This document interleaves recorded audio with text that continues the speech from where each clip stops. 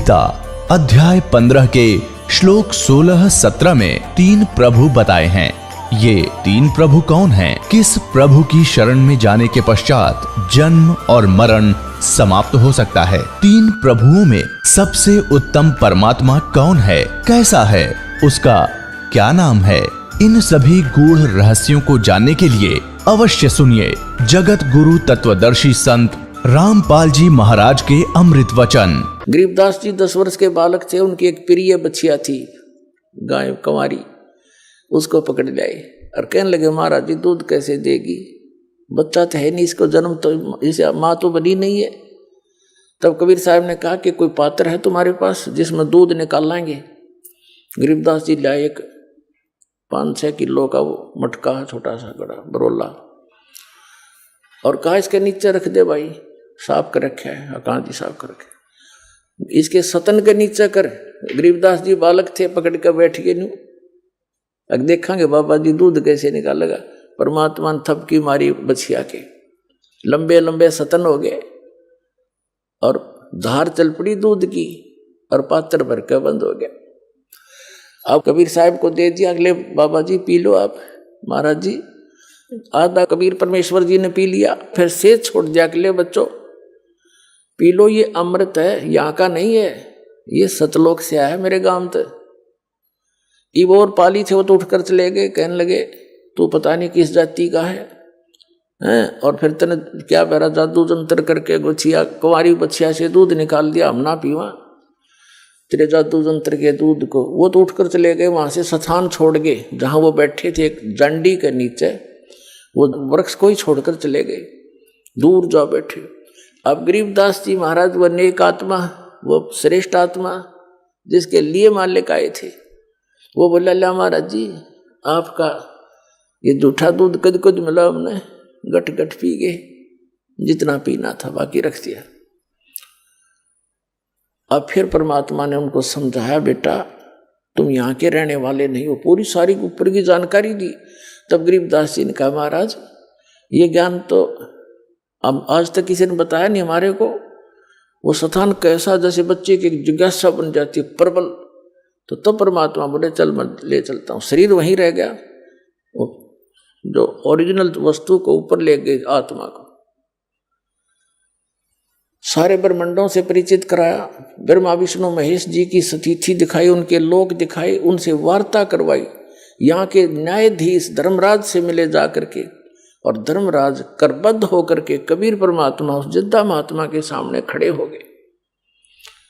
तो गरीबदास साहिब जी देख रहे हैं कि इस बाबा जी में तो बहुत बड़ी शक्ति, यहाँ के भगवान भी हाथ जोड़े और यहाँ का यू बड़ा अफसर है, यू भी हाथ जोड़ के खड़ा हो गया जो लेखा जोखा करता है। फिर सचखंड लेकर गए परमात्मा, ये काल को दिखा के देख बेटा यहाँ खाता है 1 लाख जीवों को भून गए, या तपस्या इसकी, और वो बैठा वो ब्रह्म सरपुरुष काल जो कहता है मैं कभी किसी के सामने नहीं आता, अपनी योग माया से छुपा रहता हूँ। गीता जी अध्याय नंबर 7 के श्लोक नंबर 24 और 25 में। तब परमात्मा उसके सिर पे पैर रख के उस काल के गरीबदास जी महाराज को ऊपर लेके गए, 11वें द्वार में प्रवेश किया। 11वां द्वार इस अक्षर पुरुष पर ब्रह्म के लोक में प्रवेश करता है, और उसके लोक को पार करके जब 12वां द्वार पार करते हैं तो सतलोक आ जाता है। 12वां द्वार पार करके सतलोक में गरीबदास साहिब जी को परमात्मा लेकर गए।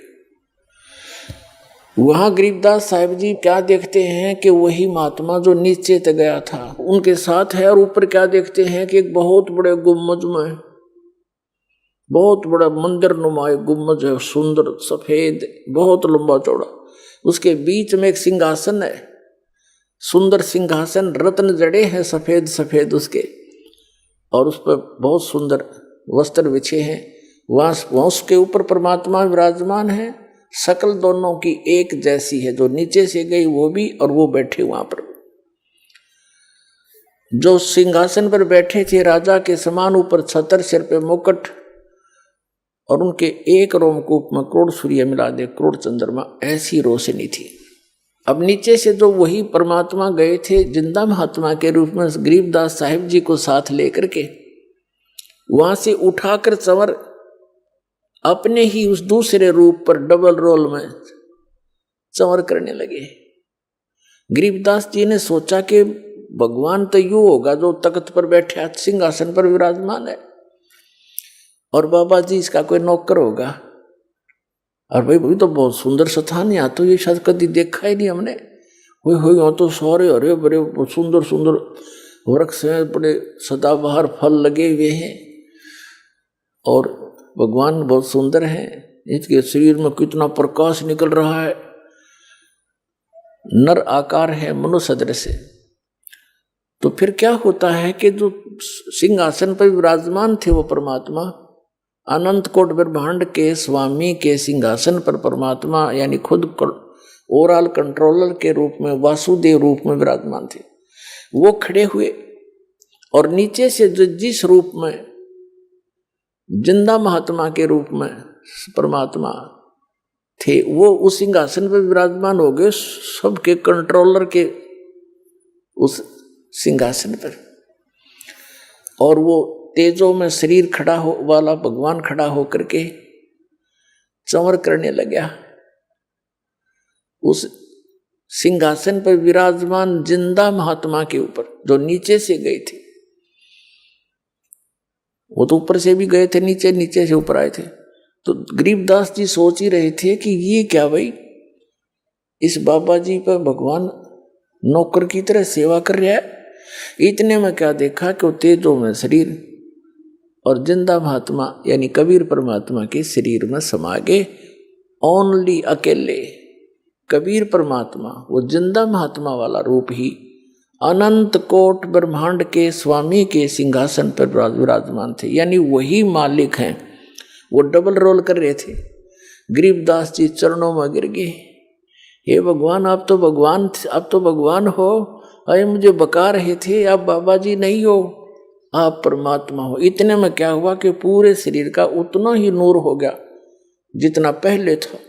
जब गरीबदास जी देख रहे हैं, चकित हो गए, हे भगवान, आप तो बहुत प्रबल शक्ति युक्त हो, मुझे यही रख लो मेरे दाता, वहां ना भेजो गंदे लोक में, वहां तो जन्म और मृत्यु हाहाकार मचा हुआ दाता, इतना सुंदर लोक यहाँ का। तो परमात्मा ने कहा, बेटा तुम वापस जाओ, जब तुम यहाँ थे भक्ति से युक्त थे, आप भक्ति युक्त थे, वहां जाकर आपने अपनी भक्ति नष्ट कर दी, वो सारा खजाना खत्म कर दिया जो यहां से लेकर गए थे। तुम गलती से गए थे, यहाँ सारी कहानी सृष्टि रचना सुनाई परमात्मा। अब उधर से क्या होता है कि उस देर के बाद 2-3 घंटों के बाद उन दूसरे पालियों ने देखा कि भाई वो गरीबदास बालक कहाँ है, क्योंकि सबकी टर्न आती थी गौओं को घेरने की, क्योंकि किसी की खेती में ना बढ़ जाए खराब करके। तो उनकी अपनी अपनी ड्यूटी होती थी, 1 घंटे किसी की, 1 घंटे उसकी, 1 घंटे इसकी। जब गरीबदास जी का नंबर आया, उसकी बारी आई, तब उसकी खोज हुई कि बोला उसको अपनी पारी पर खड़ा होगा। उसको जाकर देखा कि वो तो बैठा है जैसे महात्मा बैठा कर आसन पद्म लगा के। पहले आवाज लगाई, नहीं बोला, फिर पकड़ के हिलाया तो गिर गया। तब उन्होंने देखा ही तो मर गया, हाथ पैर फूल गए उनके।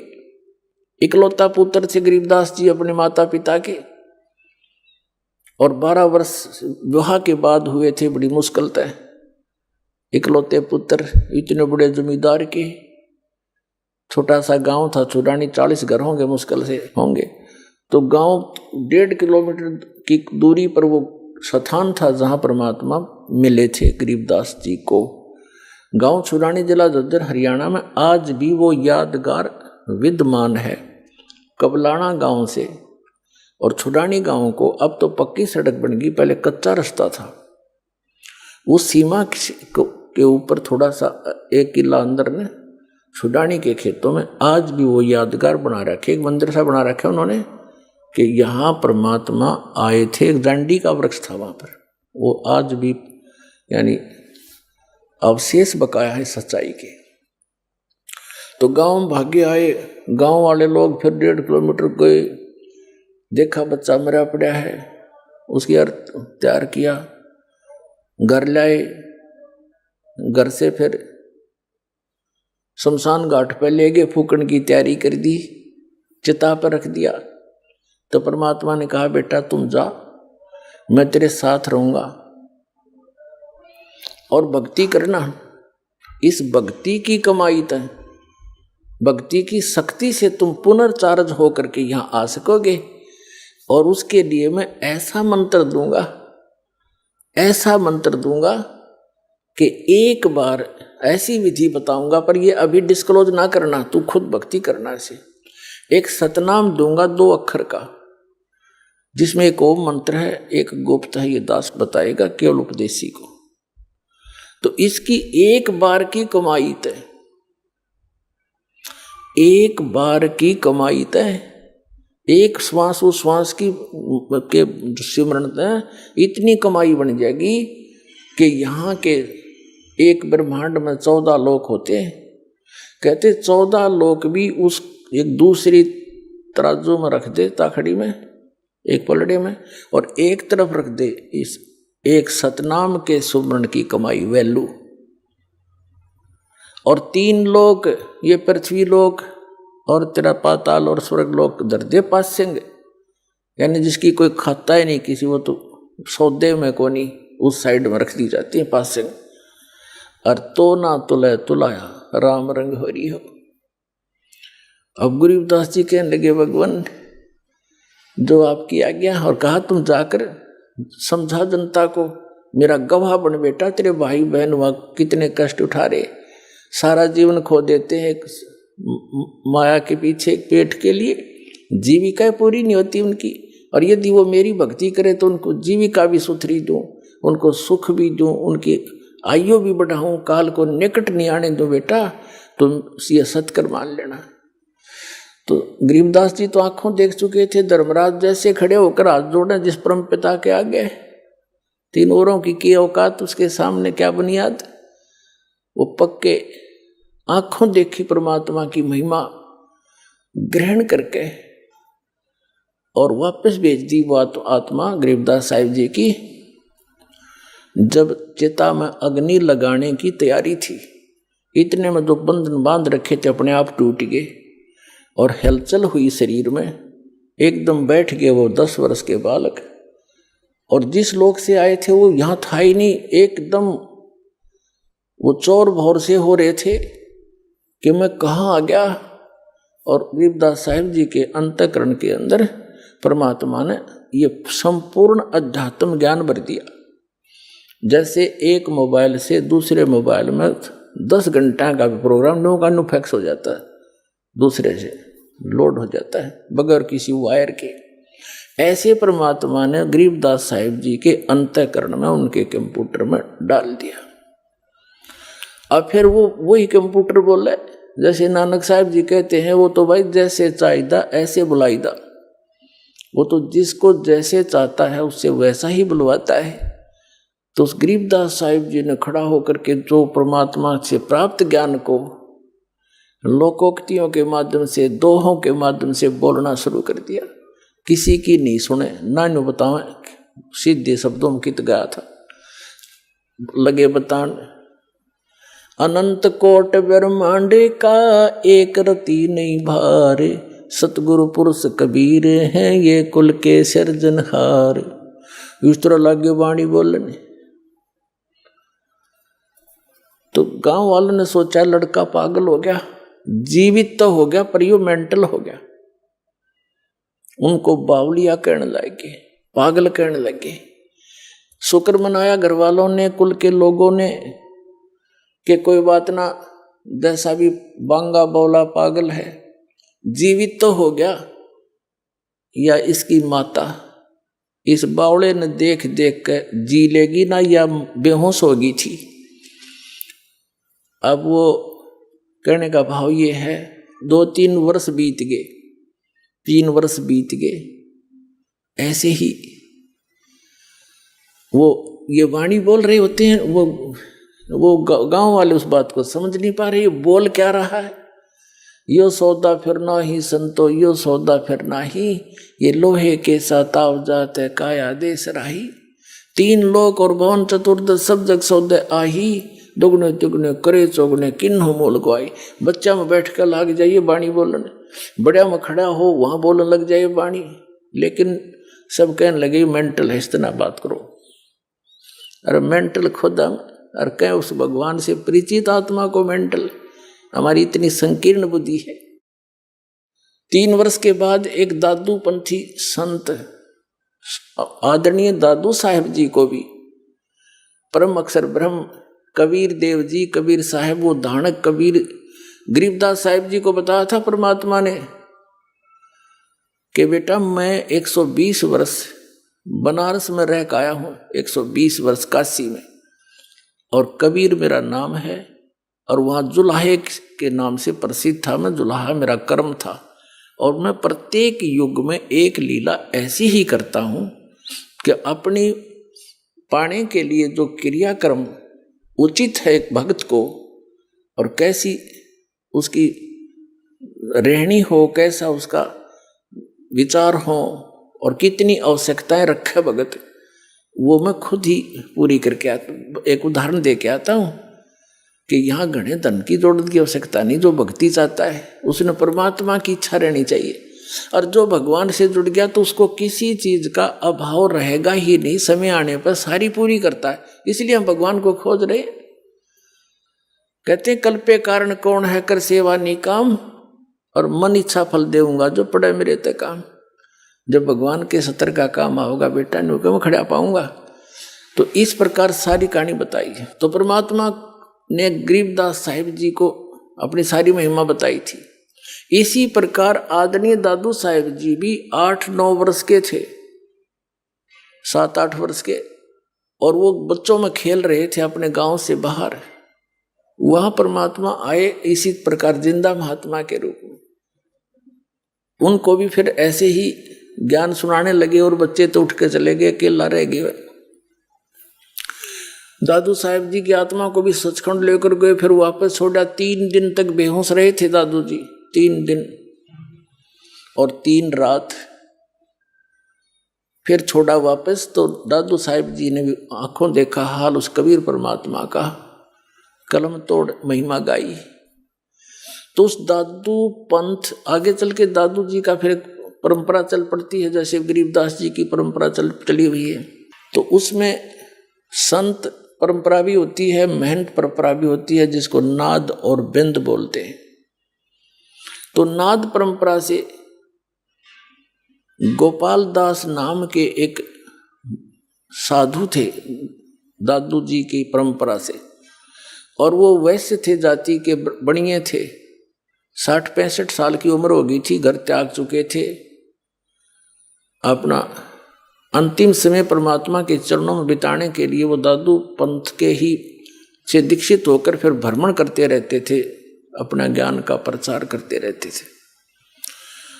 और छुड़ानी के अंदर एक व्यक्ति उनका शिष्य था। वो गोपाल दास जी उस छुड़ाने वाले शिष्य के आगे वहां पर रुक गए, रुका करते 1-2-4 दिन।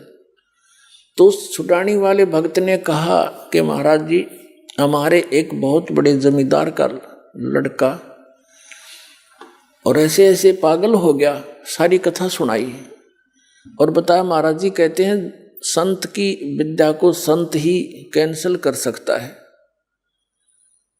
तो उस बच्चे को जादू जंत्र का दूध पिला दिया, मंत्र का, वो पागल हो गया, मर गया था। तो पता नहीं कैसे सांस वापस आ गए। आपकी रजा हो तो कृपा कर दो उसको, वो ठीक हो जा, पागल हो गया। तो उस दादू पंथी संत गोपाल दास ने कहा कि बुलाओ। वो थोड़े बहुत भूत बात झाड़न के झाड़े जाने था। उस व्यक्ति गया वहाँ गरीबदास साहिब जी के घर पे उनके। अब गरीबदास साहिब जी अपने नाना के वहाँ रहा करते थे, छुड़ानी में उनके नानका थे, क्योंकि उनके पिताजी वहाँ घर जमाई रहा करते थे। गरीबदास साहिब जी का कोई मामा नहीं था, यानी उसकी माँ का कोई भाई नहीं था, जिस कारण से सारी संपत्ति के वारिस उनके पिताजी के बाद वही थे अकेले। तो उनके नाना जी जीवित थे, बहुत बड़े जागीरदार थे। वहाँ जाकर के उसने कहा, उस भक्त ने व्यक्ति ने कहा, चौधरी साहब हमारे घर एक संत आ रहा है, और वो न्यू कहे इस लड़की के लड़के ने वो ठीक कर देगा। संत की विद्या संत करा करें ठीक। इस यह बात उनका भी समझ में आ गई। उसका नाम शिवलाल था, गरीबदास जी के नाना जी का।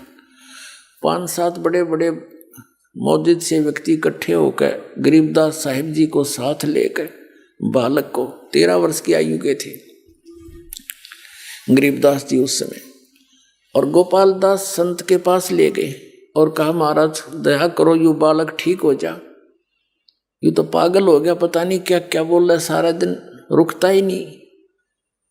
हम पूछे हैं बात, यू बोल रहा है पता नहीं के गीत से गाता रहता है।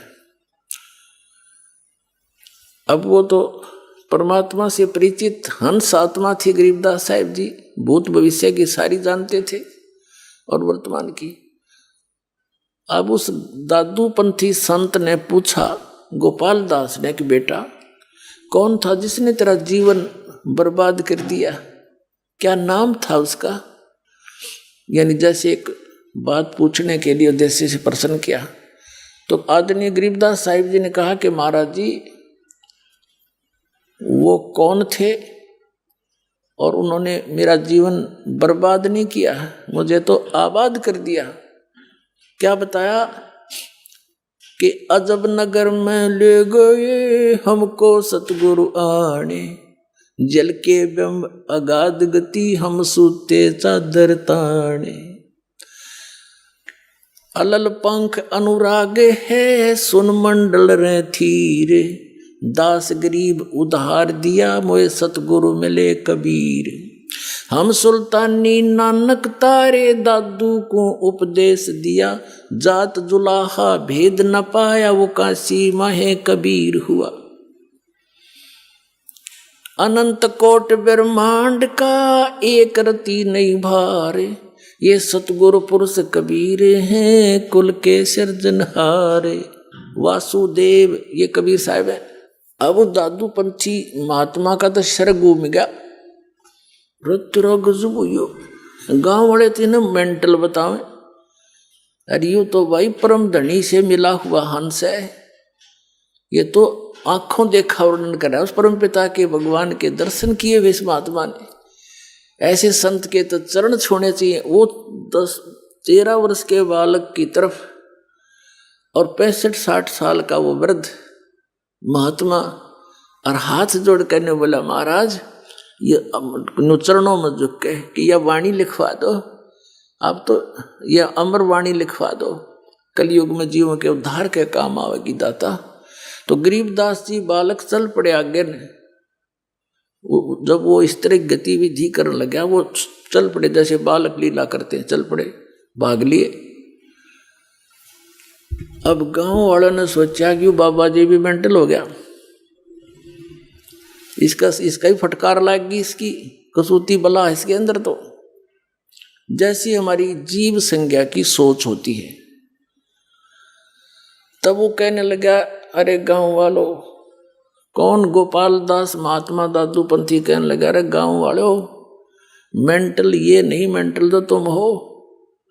अब साधु संत तो कुछ भी कह दिया करे, सारी मान्या करते, सब चुप हो गए। क्या बात महाराज के यो तो भाई भगवान से मिलका रहे हैं। नो क्या करें तू के नारा राम तो मिलका रहा है, यो तो राम तो मिलका रहा है थारा बच्चा, और भाई तुम हमारे बीच में बोलियो मत ना, तुम अपना काम करो। उन्होंने सोची भाई इनकी बिरनिया के अटपट कर रही महात्मा क्या बात कर रहा है। वो फिर धीरे धीरे उस बच्चे को के पास गया, वो निकट जा, वो भाग ले जैसे बालक गतिविधि करते हैं, कभी इधर फुर कभी इधर फुर। तो थोड़ी सी जब दया हुई उस परम पिता की, अब तीसरे दिन जाकर गरीबदास जी ने मुंह खोला, कहा देखो गोपाल दास, अगर सारी वाणी लिखे तो मैं लिखवाऊंगा, नहीं तो भाई बीच में छोड़ कर जा तो मैं लिखवाऊं नहीं तेरे को। न्यू बोला गोपाल दास कहने लगा महाराज मैं तो कति करते फारिग हो रहा हूं और इसे काम के लिए निकला हूं दाता, जब तक आप कहोगे तब तक आपके चरणों में बैठ कर मेरे पास यह लेखन विद्या दी है भगवान ने। मैं बाणिये के घर जन्म है मेरा, भगवान की खोज में मैं निकला हुआ हूं, और आप जो जो कहोगे मैं लिखता रहूंगा। एक बही होती थी पहले, ये कापी कुपी तो होती नहीं थी। पहले बनिए बही रखते थे, लंबी लंबी, इतनी लंबी, 3-3 फुट लंबी और 9 इंच चौड़ी हुआ, उसको ऐसे फोल्ड कर, तो उसमें लग गए लिखने। और गरीबदास साहिब जी का एक बेरी का बाग था, बेरी का, बड़ बेरी बोला जिसने, उसमें एक जंडी का पेड़ था भारा सा, वो पहले बरानी सा क्षेत्र था, ऐसे मारू अक्षेत्र से, सिंचाई साधन नहीं थे उसमें, तो वहाँ जंडी ज्यादा होया करती, और बेरी के बाग भी ऐसे हो जाया करने, झाड़ जंखाड़ा। तो उसमें बैठ के उसके नीचे 6 महीने तक गरीबदास साहिब जी बोला करते थे, और दादू पंथी गोपाल दास जी लिखा करते थे। तो गॉड गिवन ज्ञान गरीबदास साहिब जी के माध्यम से कबीर परमात्मा ने अपनी महिमा पुनः चित्रार्थ करवाई। इसमें कबीर सागर के अंदर एक कबीर बानी चैप्टर है, उसमें 136 और 37 पृष्ठ पर लिखा है, काल के 12 पंथ चलेंगे। उन 12 पंथों में से 12वां पंथ गरीबदास पंथ होगा, जिसका जन्म 1774 में होगा। उसमें गलती से 75 लिखा है। तो वो 12वां जो हंस होगा मेरा, ये क्या है कि जैसे ये 12 कबीर पंथ चले हैं, इनके जो प्रथम भगत थे, जैसे श्री चूड़ामणि जी थे, जिसे मुक्तामणि भी कहते हैं, धर्मदास जी के पुत्र थे, जो कबीर साहिब के आशीर्वाद से हुए थे। उससे लेकर गरीबदास साहिब जी तक ये 12 पंथ है। प्रथम जो हंस थे वो 1 नंबर के हंस थे, यानी परमात्मा के भेजे हुए अपने स्पेशल हंस थे। और उसके बाद फिर ये 12 और हैं, वो ऐसे ही डुप्लीकेट थे। और 12वां जो थे गरीबदास जी, ये भी परमात्मा की विशेष आत्मा थी। एक तो फर्स्ट को ज्ञान दिया था, फिर इस लास्ट को दिया है। अब इस लास्ट को जो ज्ञान दिया है, इसलिए फीड कर दिया कि कभी काल ने कहा था कि 12 पंथ करूं मैं साजा, और नाम तुम्हारा ले करूं आवाजा, और 12 पंथ नाम जो ले ही मेरे मुख में आन समोही। और अनेक पंथ चलाऊं, जैसे राधा स्वामी पंथ, ये धन धन सतगुरु पंथ, जय गुरुदेव पंथ, और ये निरंकारी पंथ, और ये तो है, ये क्या नाम, बालयोगेश्वर, और ये सतपाल, और आसाराम जी, और ये सुधांशु जी, और ये तो है सिद्धे रामकृष्ण के पुजारी, ये तो अंडरस्टूड है। और ये तो दूसरे पंथ काल के, ये राधा स्वामी, धन सतगुरु, जय गुरुदेव, और बिवाणी वाला, जनोद वाला, ये सारे अनेक पंथों में से काल न चला रखे। सतलोक और सचखंड के नाम लेकर के, और कख पता नहीं इन्होंने उसके बारे में। तो कहने का भाव ये है कि परमात्मा ने कहा था कि धर्मदास बीच में कबीर मेरे वाले मार्ग में, ये काल के पंथ ही घुसेंगे, काल के दूत, और मेरी महिमा मेरे द्वारा बोलेगी कबीर सागर की, और कबीर वाणी को कुछ ये फेर बदल करेंगे अपनी अनजान बुद्धि के अनुसार। तो यथार्थ ज्ञान को ये खत्म कर देंगे। अपने आत्मा जो आरती हम करते हैं कबीर परमात्मा की, ये ना कबीर सागर में, ना कबीर साखियों में, ना कबीर शब्दावली में, और न ही कबीर बीजक में। तो वो अंश निकाल दिया इन्होंने। वो एक बहुत पुराना कबीर सागर, उसके अंदर से ये ली गई थी, आज से 250 वर्ष पहले ये वाणी लिखी, और वो अब है नहीं। तो इन काल के दूतों ने जहाँ जहाँ इनके नहीं समझ में आई, उसको कुछ निकाल दिया, कुछ में फेर बदल कर दी, कुछ न्यों की न्यों छोड़ दी, जो इनका समझ में नहीं आई, तो वह भी बची रहेगी परमात्मा की कृपा से। तो उसमें कहा है कि बर में पंथ प्रगट हुआ मेरी वाणी, और शब्द हमारे का निर्णय ठाड़ी। बर में पंथ में मेरी महिमा की वाणी पुनः प्रगट होएगी, उस बर में पंथ के प्रवर्तक द्वारा। अक्षर घर का मरम नहीं पावे, 12 पंथ हमी को धावे।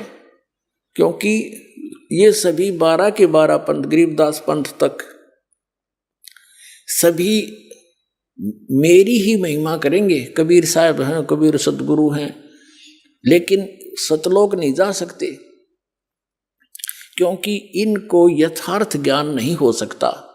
जब तक कलयुग 5500 वर्ष नहीं बीतेगा तब तक धर्मदास या ऐसी स्थिति रहेगी। जब कलयुग 5500 बीत जाएगा तब क्या लिखा है कि उस समय डिक्लेयर करेंगे, सारे ज्ञान को ओपन करेंगे और नए सिरे से इसका बिल्कुल सुचारू रूप बनावाएंगे। और वर्म में पंथ में आगे चल के हम ही आवेंगे, मैं ही जाऊंगा और फिर सब पंथों को खत्म करके एक पंथ चलावेंगे। तो ये दास भेज दिया उस परम पिता ने उसी गरीबदास वाले पंथ में, वर्म में पंथ में। तो गरीबदास जी ने जो ज्ञान दिया उसको गरीबदास पंथी भी नहीं समझ सके। कबीर परमात्मा जी ने जो ज्ञान दिया था कबीर सागर के अंदर कबीर पंथी नहीं समझ सके। कबीर साहब को सतगुरु बताते हैं, एक संत बताते हैं और परमात्मा को भिन्न बताते हैं। इन कख दाना परमात्मा को, ये काल के दूत थे सारे और ये खुद मालिक है। कबीर सागर में लिखा धर्मदास को जब सतलोक में लेकर गए और जब वापस छोड़ा तो वहां देखा वही परमात्मा जो नीचे से गए थे वही सिंहासन पर विराजमान थे, अनंत कोटि ब्रह्मांड के सिंहासन पर।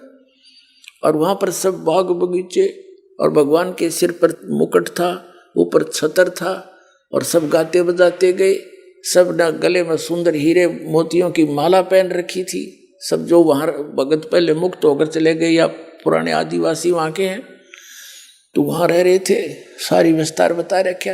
अरे अज्ञानी कबीरपंथी ने होके वहां चेतन प्रकाश है, बस उसमें बिंदु टाइप आत्मा घूमती है और कुछ नौके उसमें जाकर मिल जाती है, बस चेतन प्रकाश में प्रकाश मिल गया, खत्म। तो इन्हें खाक ज्ञान था। तो परमात्मा ने कहा था वर्म में पंथ प्रगट हो मम्माणी, और वर्म में पंथ हम ही चले आवे आगे चल के, उसमें नहीं क्यों 12 पंथ तक कह दिया कि ये तो अस्थिर घर का मर नहीं पावे और ये 12 पंथ हम ही को जावे। वर्म में पंथ, फिर आगे जो पंथ चल चुका होगा, जब 5500 वर्ष बीत जाएंगे तब मैं आऊंगा, भेजूंगा अपना हंस। तब ये ज्ञान, तो ये गरीबदास साहिब जी के द्वारा ये अपनी महिमा की वाणी परमात्मा ने फीड की और वो गरीबदास साहिब जी ने लिपिबद्ध की और आज वो हमारे पास उपलब्ध है। एक और बताऊं आपको कथा कि गरीबदास पंथ में दास का अच्छा समय बीता है। सन 1988 से लेकर 1999 तक गरीबदास पंथ में 11 वर्ष दास रहा। उनके खूब मेहनतों से, संतों से और वहाँ के सब से मिले। तो वहाँ एक विशेषता थी कि ये सख्त हिदायत थी उनको कि गरीबदास जी महाराज ने जो वाणी बोल रखी है इसमें किसी ने फेरबदल भी कर दी ना उसको बहुत हानि होगी। एक संत ने ऐसा कर दिया था, कुछ उसमें कुछ ऐसी कड़वी करड़ी बातें लिख रखी थी, उसने निकालने की चेष्टा की थी, उसको अधरंग मार गया। उसका सब कह भय हो गया, उन्होंने नहीं मात्रा भी छेड़ी। फिर ये कारण क्या था कि परमात्मा को पता था काल के दूत गड़बड़ फेर कर देंगे, बनी बनाए काम ने बिगाड़ देंगे। ये 200 वर्ष पहले, 250 वर्ष पहले की बात, सन 1727 में परमात्मा मिले थे गरीबदास साहिब जी को और सन 1730 के अंदर यह वाणी लिपिबद्ध की गई थी। अब लगभग 350 वर्ष हो गए लग, तो उस समय यह लिखी गई। तो अभी तक यह कति सुरक्षित थी और यह नो की नो हमारे पास आएगी। यह वाणी प्लस में परमात्मा के द्वारा इस दास को ने जो लीला की दिखाया, जो दिया ज्ञान, वो और इन महापुरुषों की वाणी और सब सदग्रंथों का एक निष्कर्ष निकाल दिया जो अभी करना था। कहते हैं 9 मन सूत उलझिया ऋषि रहे जखमार और सतगुरु ईसा सुलझा दे उलझन दूजी बार। इसी कबीर वाणी में, कबीर सागर के अंदर कबीर वाणी चैप्टर है, एक अध्याय है, उसके 134 पृष्ठ पर कहा है 12 तो ये है 13वां वंश आवेगा, 13वें वंश में ये 12 वंश है। 12वें वंश प्रगट हो उजियारा और 13वें वंश मिटे सकल अंधियारा। ये 13वां वंश ये दास है, इस सारा अज्ञान समाप्त कर दिया, प्रत्यक्ष कर दिया आपसे।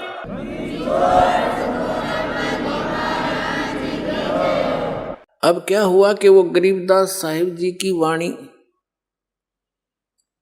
ने लिपिबद्ध करवा दी। गरीबदास साहिब जी प्रचार भी करा करते थे, लेकिन ये सतनाम नहीं देते थे किसी को। स्ट्रिक्ट ऑर्डर था, सख्त हिदायत थी परमात्मा की कि धर्मदास मेरी लाख दुहाई, ये सार नाम की दबार ना जाए। सतनाम और सार नाम मूल ज्ञान बार जो पढ़ी, ये बिचली पीढ़ी हंस नहीं तरी। आप उस बिचली पीढ़ी के बच्चे हो, हंस हो, अच्छी आत्मा हो, जो आपके लिए खजाना सुरक्षित रखा था। और अब ये बैन उठाना था, दाता ने पहले कह रखा है कि उस समय पूरे विश्व को सतनाम दूंगा, तब तक इस सतनाम ने गुप्त रखना, नहीं तो काल के दूता का हाथ लग जाएगा और ये नाम यही देने लग जाएंगे। इनके पास वो अधिकार है नहीं, ये नाम देकर भी व्यर्थ कर देंगे जीवन को उन बच्चों का, मेरे आत्माओं का। तो इसलिए कहा था, गरीबदास साहिब जी को भी कहा था कि इसको तुम जाप करना, अपना कल्याण कराओ, लेकिन अभी नहीं बताना, किसी को देना नहीं। गरीबदास साहिब जी को एक परंपरा ये दो दास तक आई है। गरीबदास साहिब जी ने आदरणीय शीतलदास साहिब जी, जो गरीबदास जी के तुरंत नाद के शिष्य बने थे वचन के, उनको दिया था और उसको कहा था ये गुप्त रखना ओनली, और समय आने पर हिदायत दी जाएगी तुम्हें, उसको देना। तो ऐसे चलते चलते ये इस दास के पास आया था। मेरे गुरुदेव ने इस दास के अतिरिक्त ये किसी को सार नाम की छींट भी नहीं लगने दी। सत्कर मानना, जैसे काल ने चाल चली है तो परमात्मा ने भी इसकी चाल को ऐसे ही काटा है। सौछल छिद्र मैं करूं अपने जन के काज। तो प्रसंग जो दास आपको क्लियर करना चाह रहा था वो अब प्रारंभ होगा। गरीबदास साहिब जी प्रचार करते थे, ज्ञान सुनाते थे, भक्ति करो भाई, भगवान का नाम लो, परमात्मा की भक्ति करने से लाभ होगा। उनकी वाणी का पाठ उसी के समय में उनके शिष्य करने लग गए थे। हाथ से लिख लिख कर अपने पास लिख लेते थे, किसी से लिखवा लेते थे।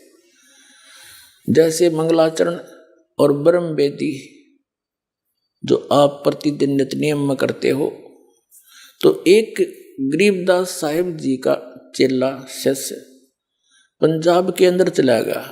लुधियाना के पास एक वासियर गांव है, लुधियाना से थोड़ी दूरी पर है, 8-10 किलोमीटर दूर। उस वासियर गांव के बाहर पहले तो पैदल जाया करते थे, कोई रोड राड थे नहीं, ना कोई गाड़ियां थी, पैदल वो चलते फिरते जा रहे थे। रास्ते में रात ने वहाँ रुक गए, गर्मियों के मौसम था, एक तालाब के किनारे पर रुक गया।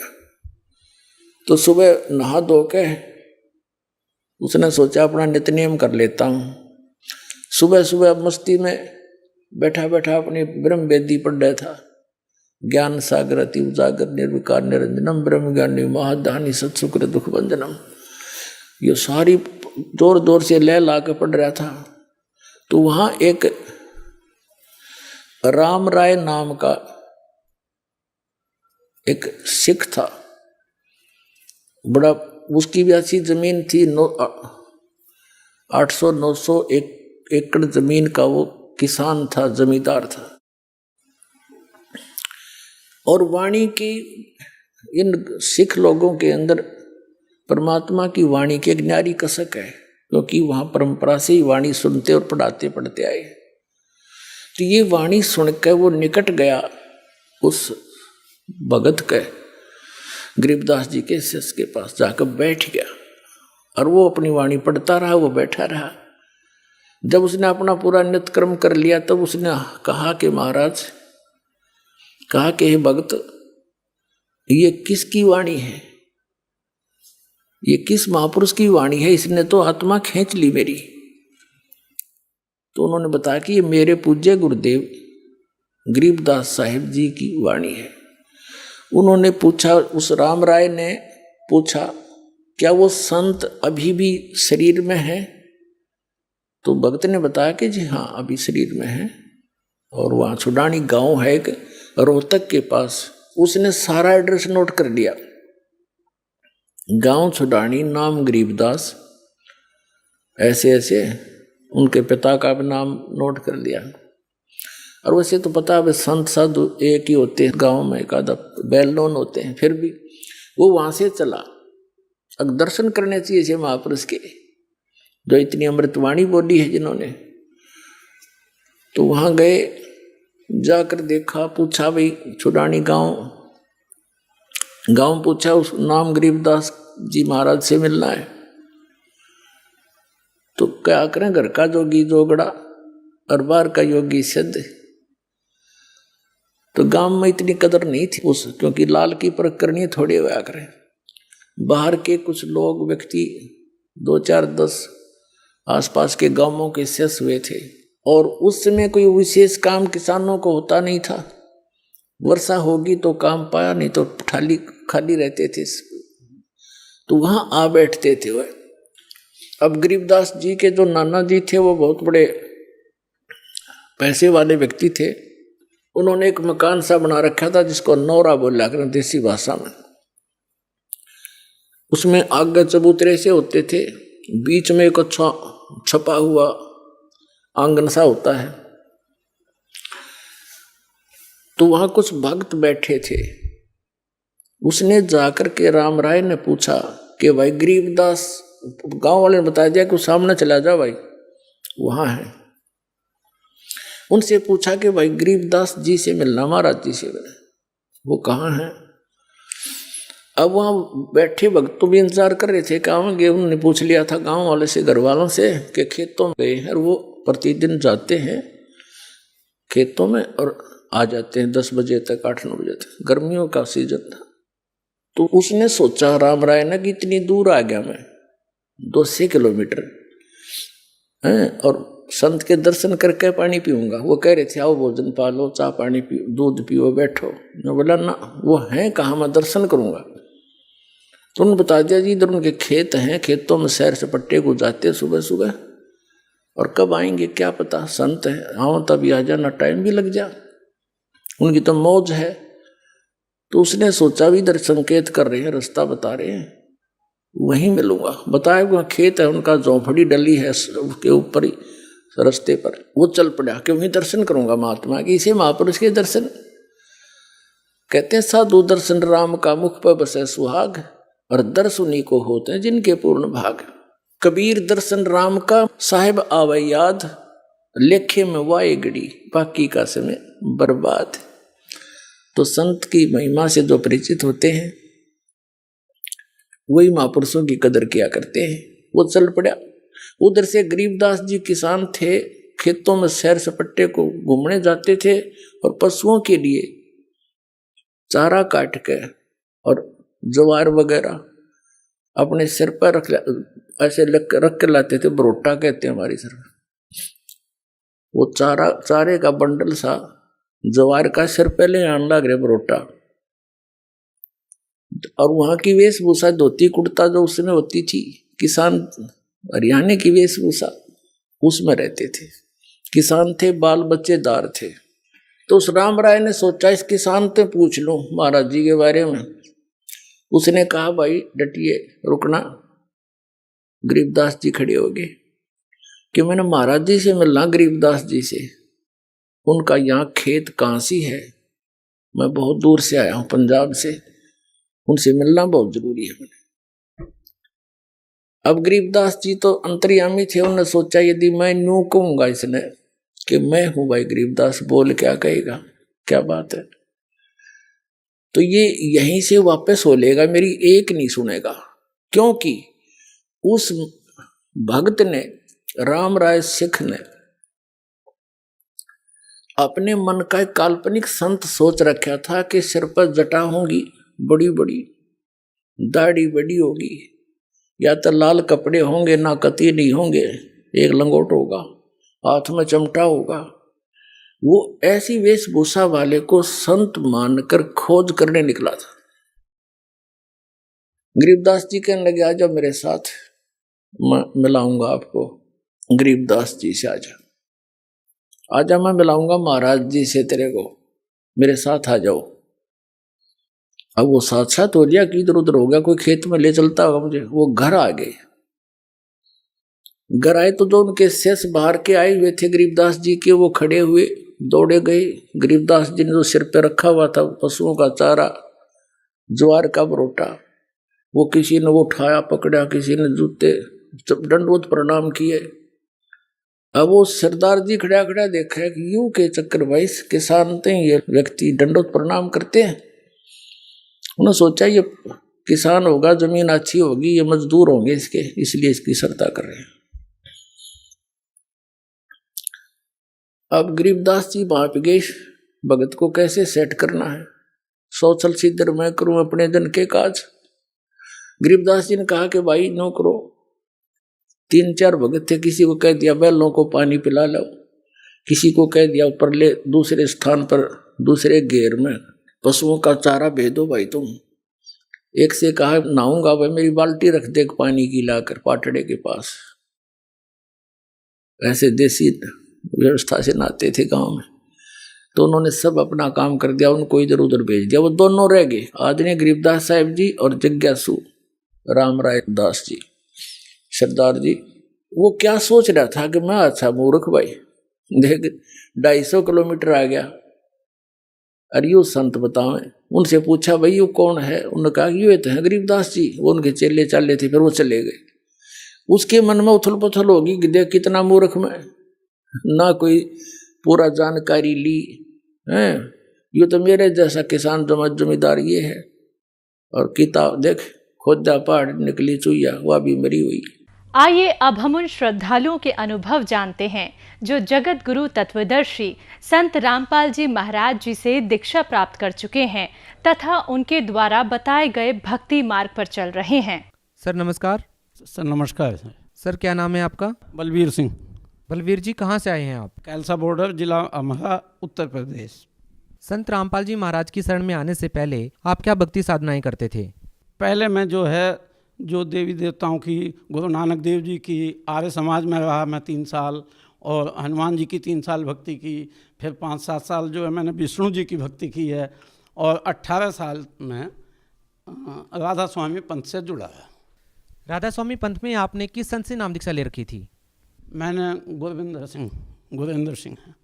राधा स्वामी पंथ में रह कर के आपने 18 साल तक भक्ति की है, क्या बताना चाहेंगे आप राधा स्वामी पंथ की भक्ति के बारे में?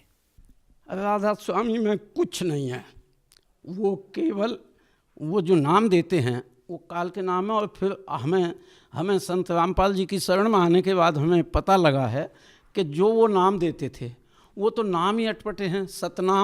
सतनाम यहाँ कुछ और है जो नाम है, और वो सतनाम सैत है, नाम यही कह के बुलवाते थे।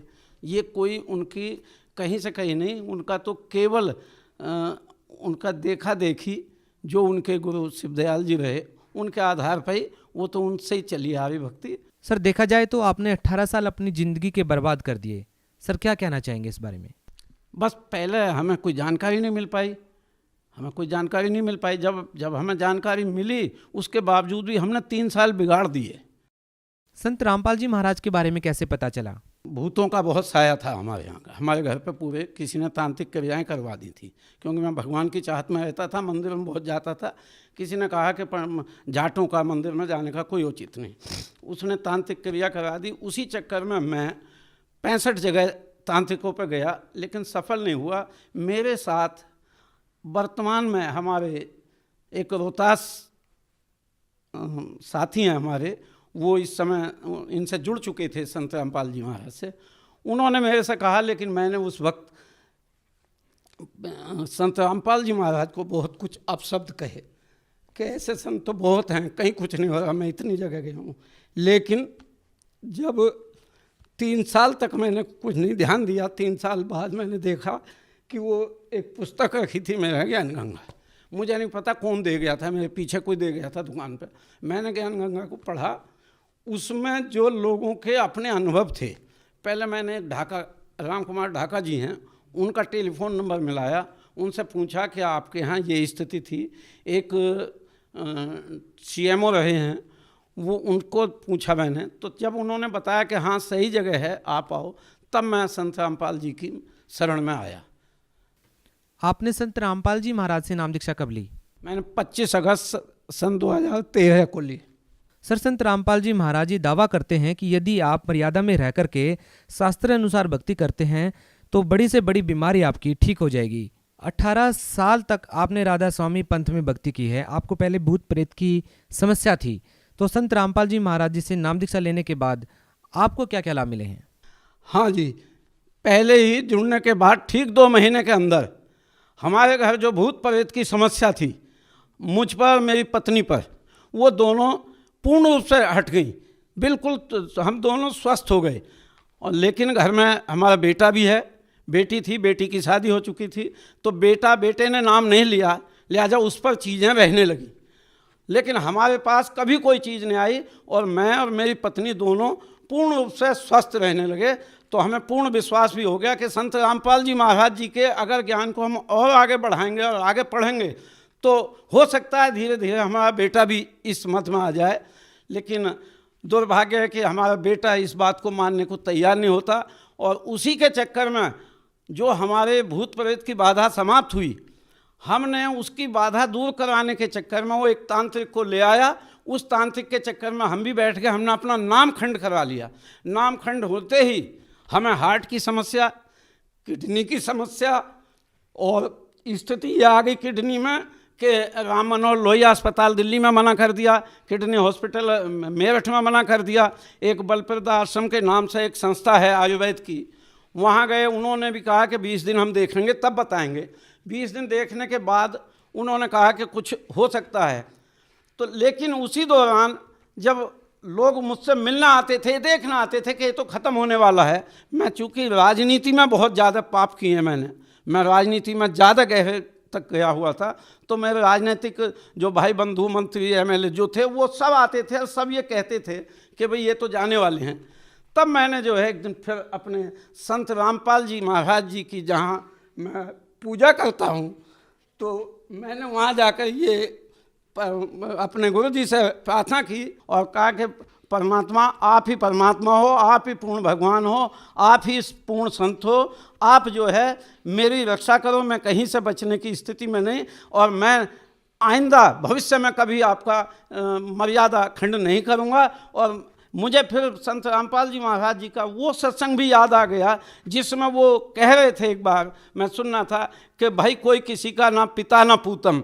तो मुझे लगा कि मैंने उसी दिन ये ठान ली कि मैं अपने बेटे को भी अपना बेटा नहीं मानना, क्योंकि जो व्यक्ति बाप के कहे से अनुसार नहीं आ रहा, तो अब हमें तो अकेले ही आए हैं, अकेले ही जाएंगे। इसलिए हमने वो सारा छोड़कर और संत रामपाल जी महाराज जी से माफ़ी मांगी। तभी से आज तक मैं पूर्ण रूप से स्वस्थ हूँ, मुझे कोई दिक्कत नहीं, मैं हर तरह से जो है अपना भक्ति पर लगा हुआ हूँ।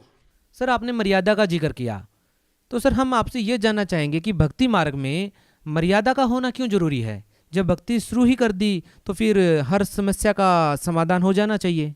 संत रामपाल जी महाराज जी द्वारा जो मर्यादाएं स्थापित की गई हैं, उन मर्यादाओं का साक्षात रूप से मैं आपके सामने उदाहरण हूँ। मैंने जरा सी मर्यादा तोड़ी तो मर्यादा टूटने से मुझे कितनी विपत्तियाँ आई।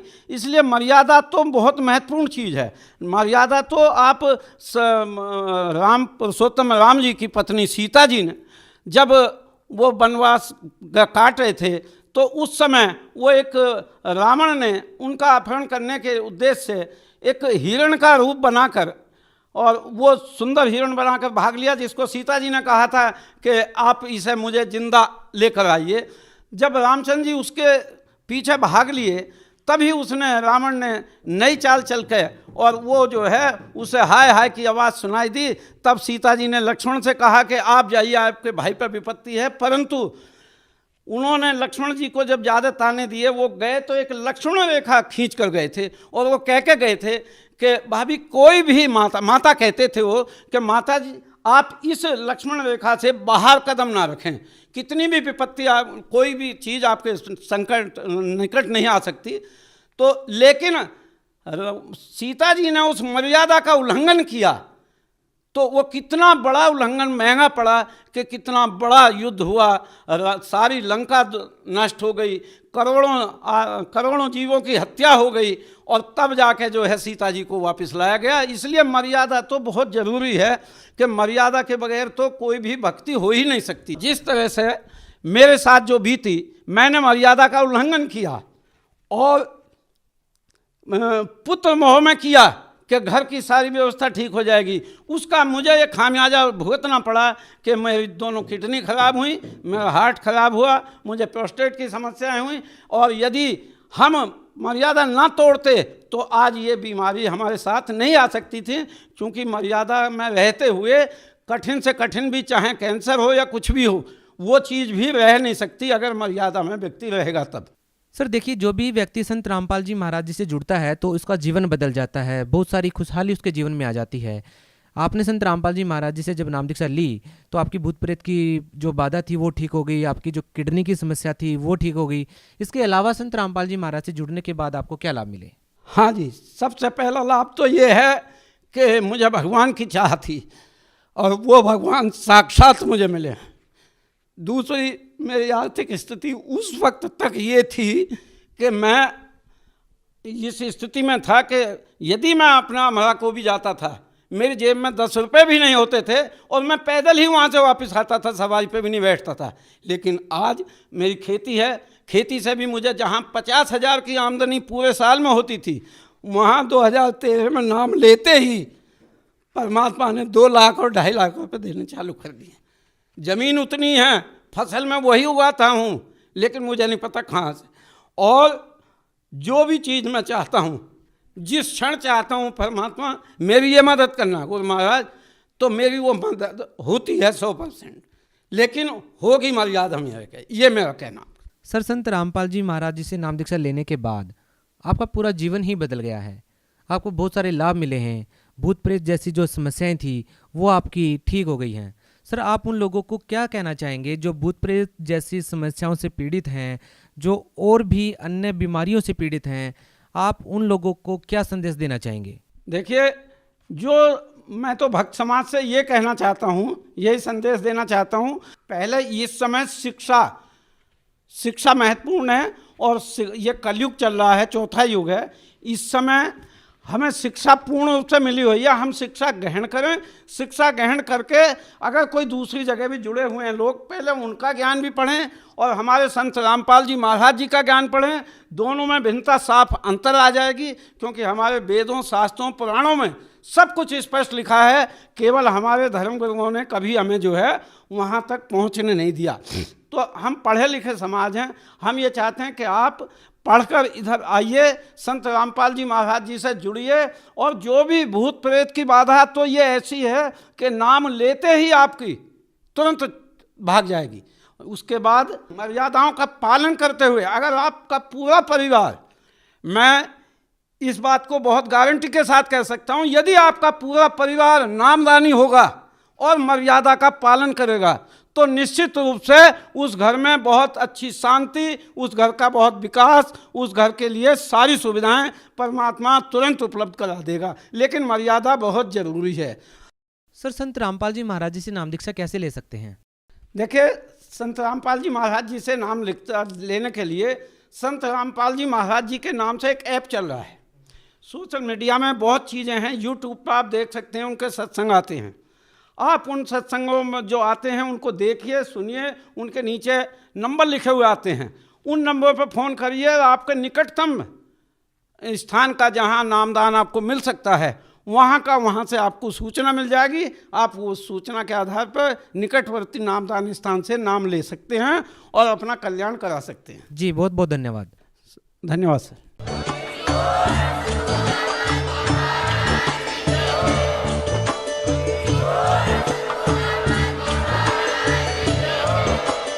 आप सुन रहे थे जगत गुरु तत्वदर्शी संत रामपाल जी महाराज जी के मंगल प्रवचन। अधिक जानकारी के लिए विजिट कीजिए हमारी वेबसाइट www.jagatgururampalji.org। संत रामपाल जी महाराज जी के शुभ आशीर्वाद से पूरे विश्व भर में 500 से भी ज्यादा नाम दीक्षा केंद्र हैं, जिन पर संत रामपाल जी महाराज जी द्वारा ऑनलाइन निशुल्क नाम दीक्षा दी जा रही है। अपने नजदीकी नाम दीक्षा केंद्र का पता करने के लिए संपर्क करें 8222880541।